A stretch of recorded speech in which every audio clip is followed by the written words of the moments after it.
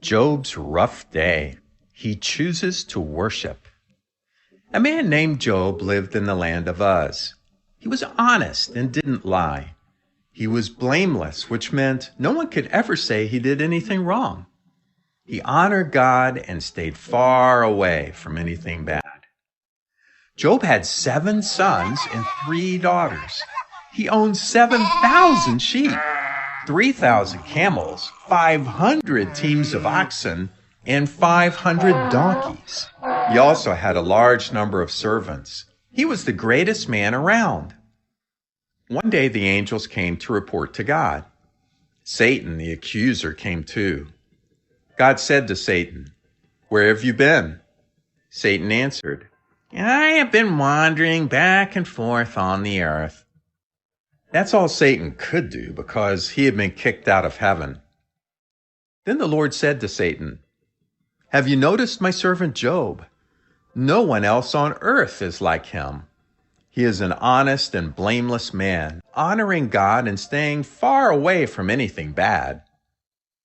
But Satan answered the Lord, "Yeah, but that's only because you protect him.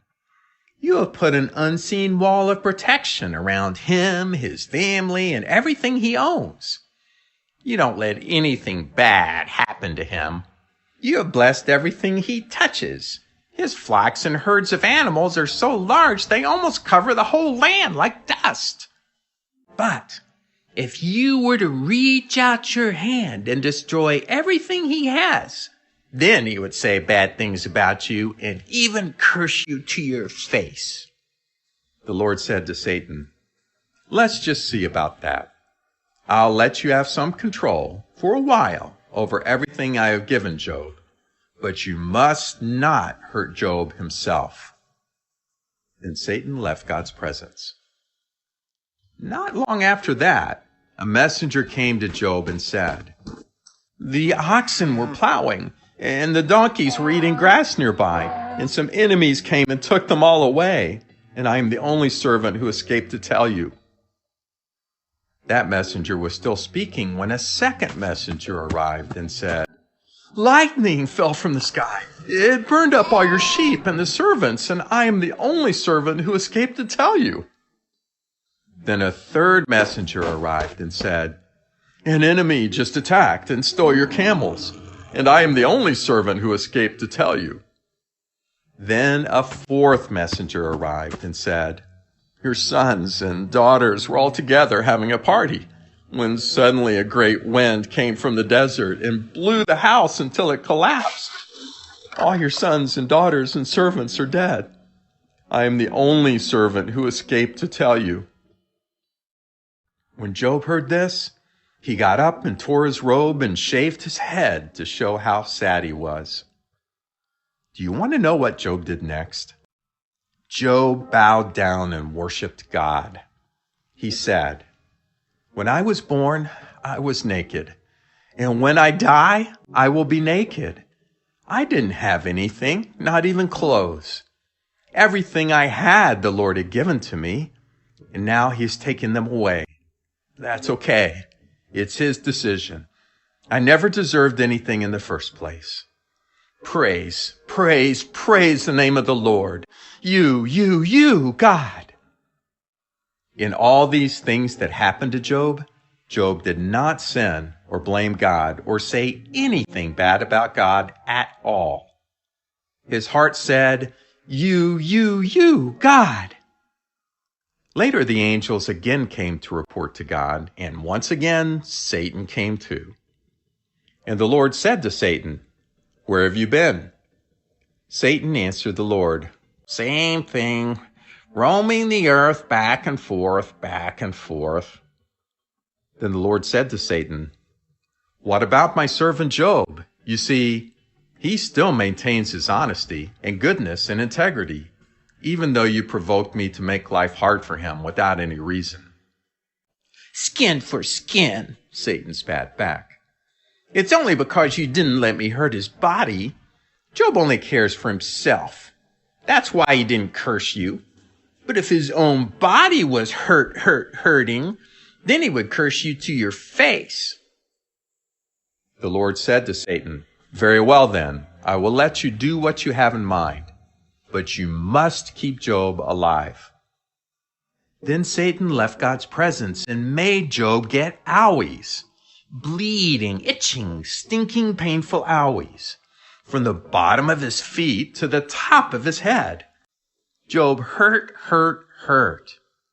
His wife said to him, "Are you still trying to do what is right? Just curse God and die. That would be easier." He replied, "No way. You are talking like a foolish woman.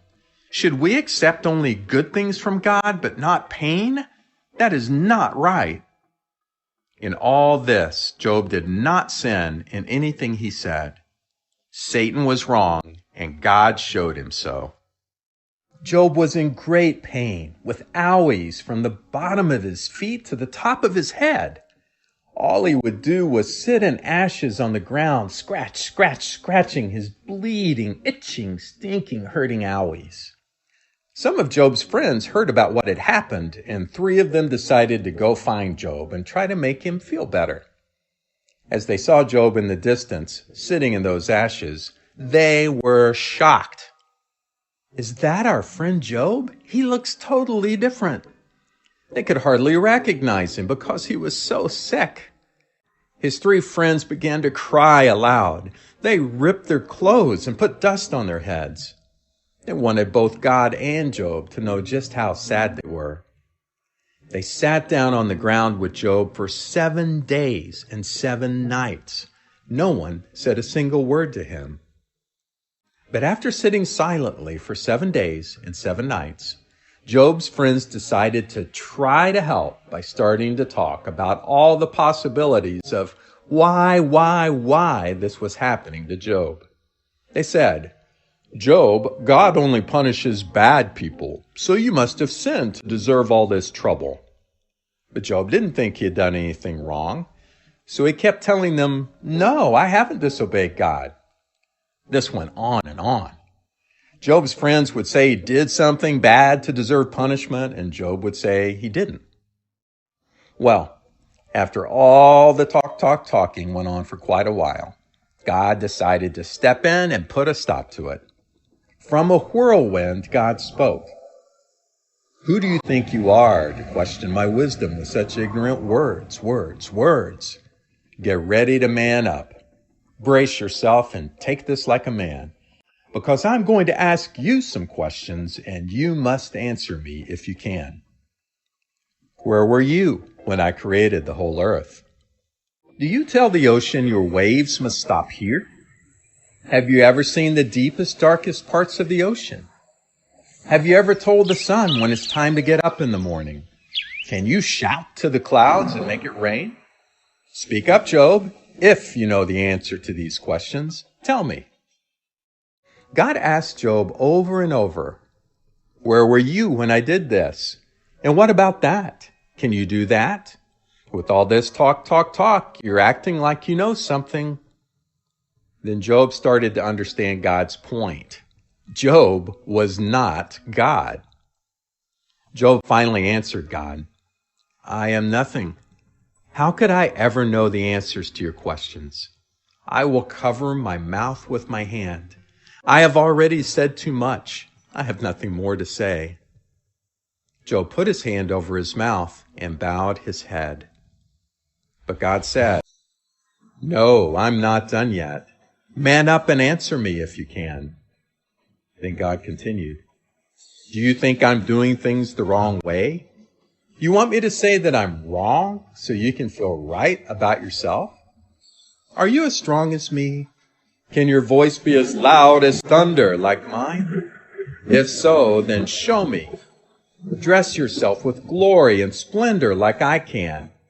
Show that you can crush evil with one stomp of your foot like I can. Can you do that? Can you?"